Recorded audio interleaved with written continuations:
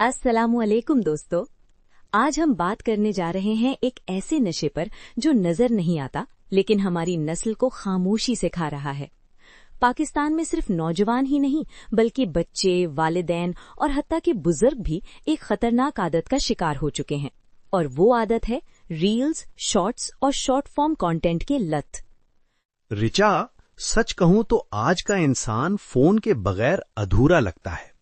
एक सर्वे के मुताबिक एक आम स्मार्टफोन यूजर साल में तकरीबन 78 मील के बराबर स्क्रॉलिंग कर लेता है। सोचे हम कितना वक्त सिर्फ अंगूठे से जिंदगी जाया कर रहे हैं।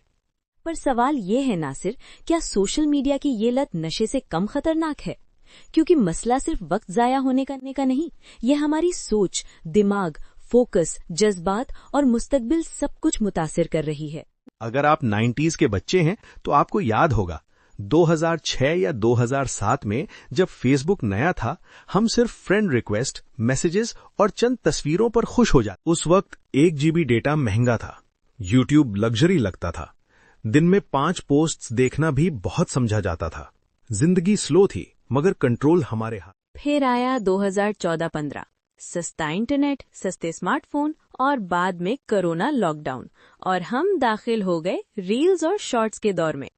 अब आपका बिजनेस करेगा डिजिटल वर्ल्ड में शाइन। बनवाओ एंगेजिंग और professional video ad surf link AI ads agency से। आज पाकिस्तान में औसत स्क्रीन टाइम 6 से 8 घंटे रोजाना तक जा चुका है और तहकीक बताती है कि इंसान की तवज्जो सिर्फ 8 सेकंड रह गई है। में था। यही वजह है कि आज लोग 30 मिनट की एक वीडियो नहीं देख सकते, लेकिन 1 मिनट की 30 वीडियोज आराम से देख लेते हैं। ये कोई इत्तेफाक नहीं रीजा, ये डोपामीन एडिक्शन है। डोपामीन वो केमिकल जो हमें खुशी का एहसास देता है, जैसे चॉकलेट, तारीफ या किसी अपने का मैसेज। और सोशल मीडिया ने इसी सिस्टम को हैक कर लिया है। नोटिफिकेशंस, रील्स, मीम्स, हर चीज हमें छोटी छोटी खुशियों की हिट्स देती है बगैर मेहनत के। नतीजा, हमें हकीकी जिंदगी की चीजें बोरिंग लगने लगती हैं। किताब पढ़ना मुश्किल, फैमिली से बात करना मुश्किल, किसी एक काम पर फोकस करना मुश्किल।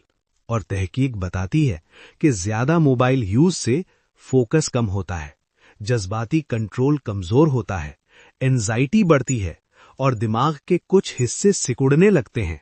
और सबसे खतरनाक बात, हमारे बच्चे।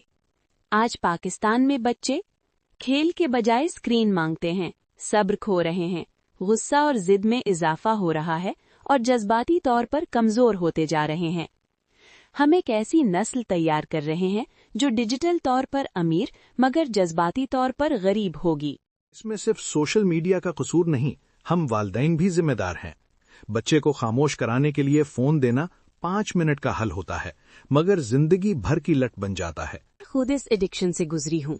सिर्फ 5 मिनट कहते कहते वो 5 मिनट 2 घंटे बन जाते थे। फिर मैंने नोटिफिकेशंस बंद किए, गैर जरूरी एप्स डिलीट की, शॉर्ट्स कम किए और हकीकी जिंदगी को तरजीह दी और आहिस्ता आहिस्ता कंट्रोल वापस आया। कोई एक दिन में परफेक्ट नहीं बनता, लेकिन छोटे कदम बड़ा फर्क डालते हैं।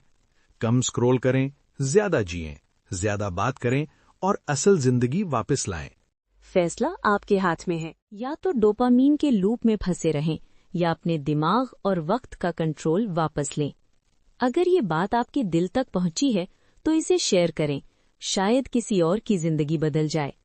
अल्लाह हाफिज।